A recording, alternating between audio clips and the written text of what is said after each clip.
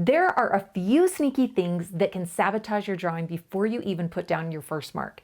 And one of the biggest culprits is using a bad photo reference. Now, I could just show you how to spot a bad photo reference and send you on your way, but in this video, we are going way deeper. I'm gonna show you why those free photo references you've been grabbing online aren't working and why your artwork is going to level up by using your own photo references. Then I'm gonna teach you exactly how to take these photo references as I bring you with me on location. Let's start by talking about why you and your art deserve more than the random photos that you're grabbing online. While there are many photos out there and some of them are incredibly beautiful, most of them were not taken with an artist in mind. Many of these photos were taken to sell a product or to document a beautiful landscape or rare wildlife, but they weren't taken to be used as a photo reference. And while they may be carefully lit and edited, all of the decisions that were made for a commercial purpose or for the photographer's unique vision. As representational artists, we have very specific needs of our photos, and these are dramatically different from the needs of online marketers, travel agencies, and fashion magazines. Yes, if you know exactly what you're looking for, you can find a few photo references online that you can use that will serve you reasonably well. But there are still a few issues for looking to the internet for your photo references. And the first is that you have never actually experienced that moment that you are illustrating. And the second issue is image rights. Now, for a little sketchbook doodle, I don't usually worry about rights at all. But if you're planning to sell your work or submit it to a show, using photos that you didn't take and that don't belong to you can be a huge problem. In fact, there are a number of shows that don't even allow you to use royalty-free images as reference material. They all have to be your own. Here's why using your own photo reference really matters. When you slow down and take the time to crop and compose an image, you are telling your body that this moment matters. And you're picking up all the sensory information around you, even if you're not aware of it in that moment. When you revisit this photo several weeks, months, or even years later, you still might remember how you felt when you took that image. And these aren't necessarily things that a camera picks up, but they are things that you can bring to your art through expressive mark making, color choices, or compositional decisions as you make your artwork and respond to the photo. That lived experience creates art that's more confident, more connected, and more alive.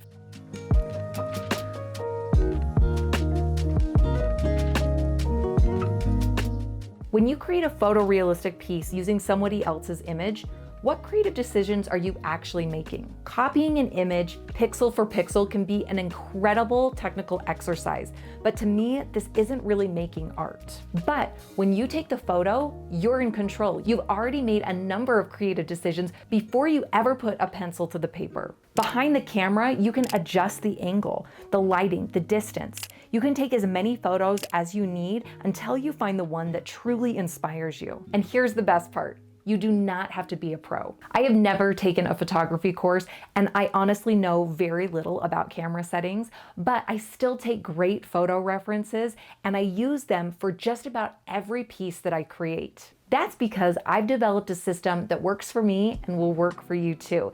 And I'm about to share with you 3 tips for taking killer photo references that are going to level up your drawings. Tip number 1 is to take more photos. And I mean a ton of photos. I, like many of you, almost always have my phone with me, and I've developed a habit of stopping to take pictures whenever something catches my eye. A lot of these photos aren't planned in advance, and I don't take them with a specific drawing in mind. And honestly, that's part of the beauty of this process. I don't use every photo I take, and I have no intention of doing so. For me, taking photo references is part of the creative process. It's how I study my subject matter before I even get my pencil onto the paper. Over time, this practice has helped me build a huge library of photo references that I can turn to whenever I'm seeking inspiration. When I'm ready to draw, I get to choose from a collection of photo references that I took and that I was already previously inspired by. In addition to taking tons of spontaneous photos, I also take tons of photos during my planned photo shoots. I move around my subject, try different angles, and if I'm working in my studio, I'll experiment with different lighting setups and backgrounds. We are not paying for film anymore, and photos that don't work can be easily deleted later. But by taking way more photos than you think you need, you're gonna give yourself options, and sometimes one of those extra shots ends up capturing a perfect detail you didn't even realize that you needed. For this project, I bought some of my favorite desserts and ended up taking over 250 photos of them, trying different angles, lighting, and compositions. In the end, I only made 4 pieces from that shoot, but I was so glad that I had taken so many photos. Being intentional with my subjects and taking my own photos made these pieces feel really personal and special, like I had a connection to the artwork from start to finish. The second tip I have for you is to prioritize good lighting. So let's talk about what I actually mean by good lighting for a photo reference, because it's totally different than what other photographers are looking for. If you're working representationally, then you need lighting that describes the form of your subject. You need to be able to see light areas, but you also need shadows that help show how the form turns in space. A lot of beauty and fashion photography does the exact opposite. The lighting is designed to flatten out the face and eliminate shadows, which might be great for skincare ads, but for artists, that kind of lighting leads to flat, lifeless portraits. When drawing portraits, it's so important to use a photo with a single clear light source that creates appealing, readable shadow shapes. Shadows are powerful tools. They help us use value and rendering to make a form feel truly three-dimensional. If portrait drawing is something that you're interested in, start building your own photo reference library sooner rather than later. Practice photographing yourself, your friends, and your family. Again, prioritize photos with strong light direction and clear shadow shapes. Even a loose sketch will turn out better when it starts with a good photo. Natural light is one of your best options, and it doesn't require that you own any extra gear. But there is a lot of variability with natural light, so it's important to be curious and to really play with your reps as you're exploring how to take the best shot. I have noticed that overcast days might result in shadows that are too soft, while bright midday sun might result in shadows that have too much contrast from the light shape, or that the whites are actually washed out. Subjects that are really light in value can be notoriously hard to photograph. That's because they tend to reflect strong light sources, which can wash out important details. You can see this issue in the photos on the right. Notice how the areas hit by the light are completely blown out. There's no texture, just flat, bright shapes. Now compare that to the photo on the left. Even though the subject is still very light in value, you can clearly see the ridges, ripples, and subtle variation on each and every petal. I would choose the image on the left as a photo reference because it is going to result in a more realistic, more successful drawing.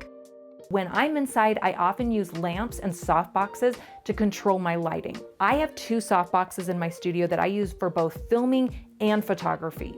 The diffusion screen softens the shadows, but sometimes I remove it when I want a bolder, more dramatic look. I recommend that you get comfortable photographing with one single light source first, whether it is natural light coming from the sun or from a lamp. You want one set of light because this is going to simplify your shadow shapes. But once you get used to taking these photos and drawing from these photo references, you can begin to explore multiple light sources or even play with different colored bulbs. My lamps, bulbs, and tripods are all linked down in the notes below in case you want to take a deeper dive on any of this equipment. Tip number 3 is to optimize your camera settings. Now, you don't need a fancy camera to take amazing photo references. In fact, the camera that I use the most is my iPhone because I always have it with me. And I'm going to share with you a couple really simple settings that you can use to optimize your results. But if you aren't using an iPhone, take a moment to familiarize yourself with your camera settings and get comfortable with them. So my first setting that I always use is focus. On most smartphones, you can just tap the screen to set your focus point.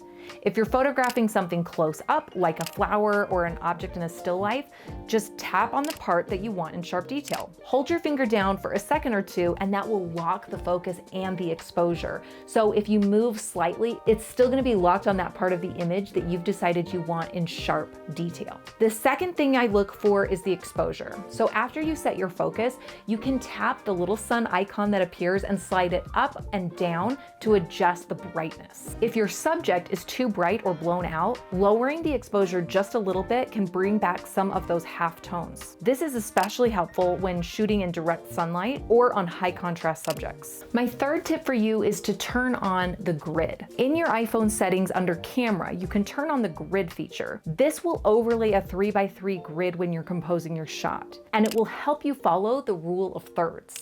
Simply place your most interesting spot or your focal point in one of those intersections. That way it's not directly in the center, but it's not off to the edge either. This will help you build more interesting and dynamic compositions. And after training with the grid for a little while, you can remove it and you're gonna start intuitively knowing exactly where to place the subject in your composition.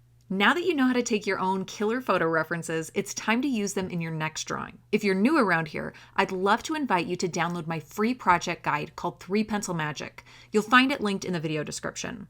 The peppers that I'm drawing on screen follow the exact format outlined in that guide. And once you have that, I want to show you exactly how I start each and every one of my colored pencil drawings in this video. It's probably not what you're used to seeing, and in the very first minute, you'll see exactly why good lighting in your photo references matters so much and how it can instantly level up your artwork. I'll see you over there.